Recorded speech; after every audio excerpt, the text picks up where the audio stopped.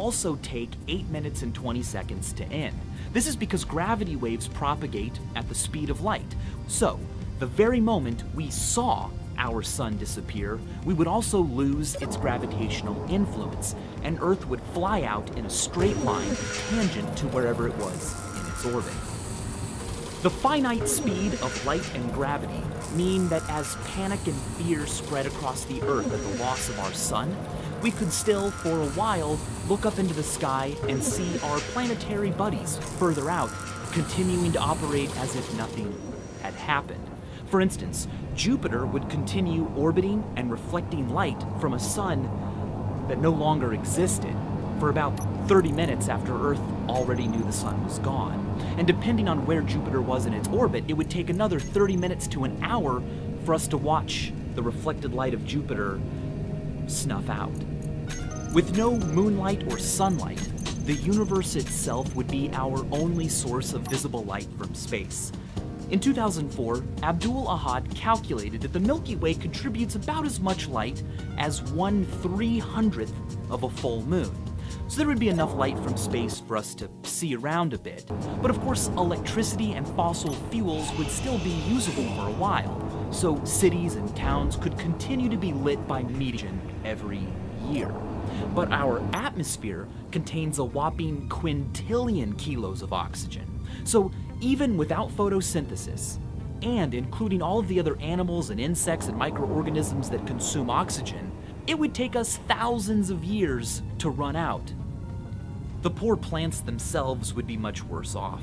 Without the sun, most of them would die within days or weeks. Except for large plants. Giant trees, for instance, contain enough sugar for energy that they could technically live in the dark for years. Their problem is going to be that the Earth will get quite cold. In fact, mighty trees would freeze to death, their blood, the water and sap inside them solidifying, way before they died of starvation. Right now, with our sun, the average surface temperature on Earth, hot places and cold places in different seasons all considered, came from the fact that when the Earth formed, mass crushed so tightly in the middle that the pressure liquefers required.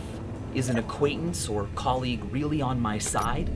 Well, in team sports, there's no unknown. Everyone is color-coded.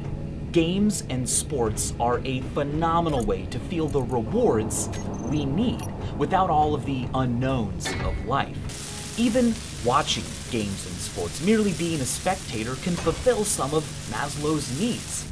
I can feel a sense of belonging by supporting a team. And by supporting a team, their successes can kind of become my successes. What a great way to get respect without doing a lot of work.